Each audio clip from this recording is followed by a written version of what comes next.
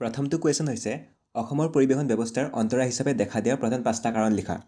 HSLCত প্ৰত্যেক বছৰে আহে, প্ৰি টেষ্টতে মাল্টিপল টাইমছ আহিছে, 5 নম্বৰৰ কাৰণে মষ্ট ইম্পৰ্টেণ্ট কুৱেশ্যন হয়। চ' এইটো লিখোঁতে গোটেইকেইটা এনচাৰ পইণ্ট ৱাইজ লিখিব লাগিব, তাৰপিছত ফুল মাৰ্কছ পাই যাব, ঠিক আছে। নেক্সট কুৱেশ্যনটো হৈছে অসমৰ প্ৰাকৃতিক সম্পদৰ অৱক্ষয়ৰ কাৰণবোৰ কি কি? এইটো প্ৰায় প্ৰত্যেক বছৰে ৰিপিট হৈ থাকে, এইটো মষ্ট ইম্পৰ্টেণ্ট কুৱেশ্যন হয়। এনচাৰটো ইয়াত দিয়া আছে, ইয়াৰ পৰা চাই ল'ব। নেক্সট কুৱেশ্যনটো আহে 1857 চনৰ বিদ্ৰোহৰ ওপৰত বৰ্ণনা লিখা।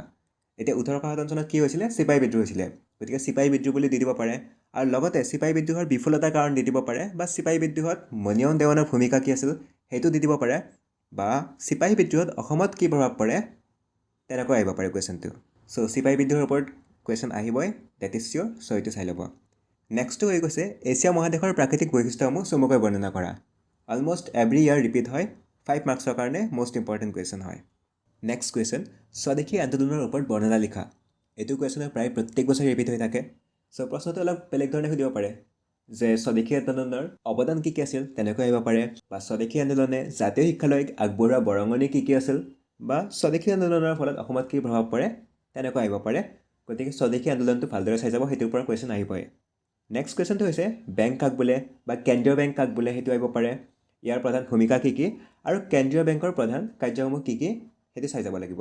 এতিয়া কেন্দ্ৰীয় বেংক কি হয়? ৰিজাৰ্ভ বেংক অফ ইণ্ডিয়া হয়। ৰিজাৰ্ভ বেংকে কি কি ফাংচন কৰে? লোন দিয়া, গভমেণ্টক অৰ্থাৎ চৰকাৰক লোন প্ৰভাইড কৰা, বেংকসমূহৰ বেংক হিচাপে কাম কৰা, মুদ্ৰা চফা কৰা, এই গোটেইবোৰ কথা লিখিব লাগিব, পইণ্ট ৱাইজ লিখিব লাগিব। এইটো কুৱেশ্যনে মষ্টলি ৰিপিট হৈ থাকে এভৰি ইয়াৰ, চ' এইটো চাই যাব লাগিব।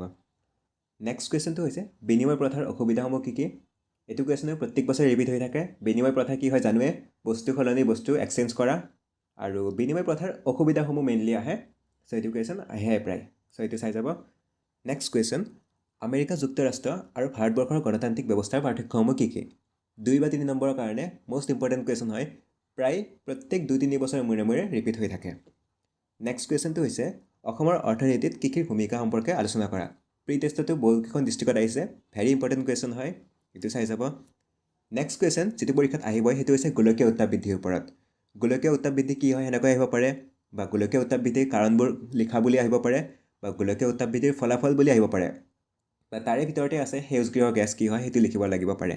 সেউজগৃহ গেছ কি হয়? যিবোৰ গেছে পৃথিৱীৰ উত্তাপ বৃদ্ধি কৰাত সহায় কৰে, যেনে কাৰ্বন ডাই অক্সাইড, মিথেন, সেইবোৰ। চ' সেউজগৃহ গেছৰ প্ৰভাৱ বুলি আহিব পাৰে, গতিকে গোলকীয় উত্তাপ বৃদ্ধিৰ পৰা এটা কুৱেশ্যন অহাটো কনফাৰ্ম।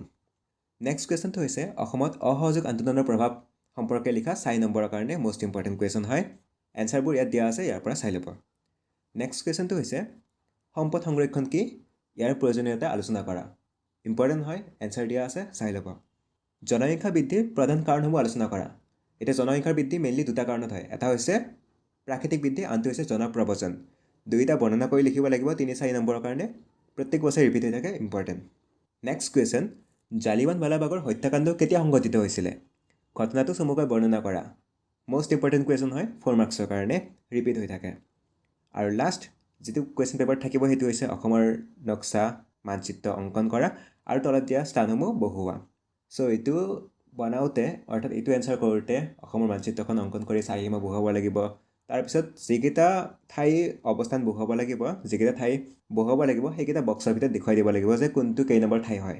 অ'কে, চ' এইকেইটা কুৱেশ্যনছ কনফাৰ্ম পেপাৰ থাকে, চ' চাই যাব। চ' that's it for today, thank you for ৱাচিং।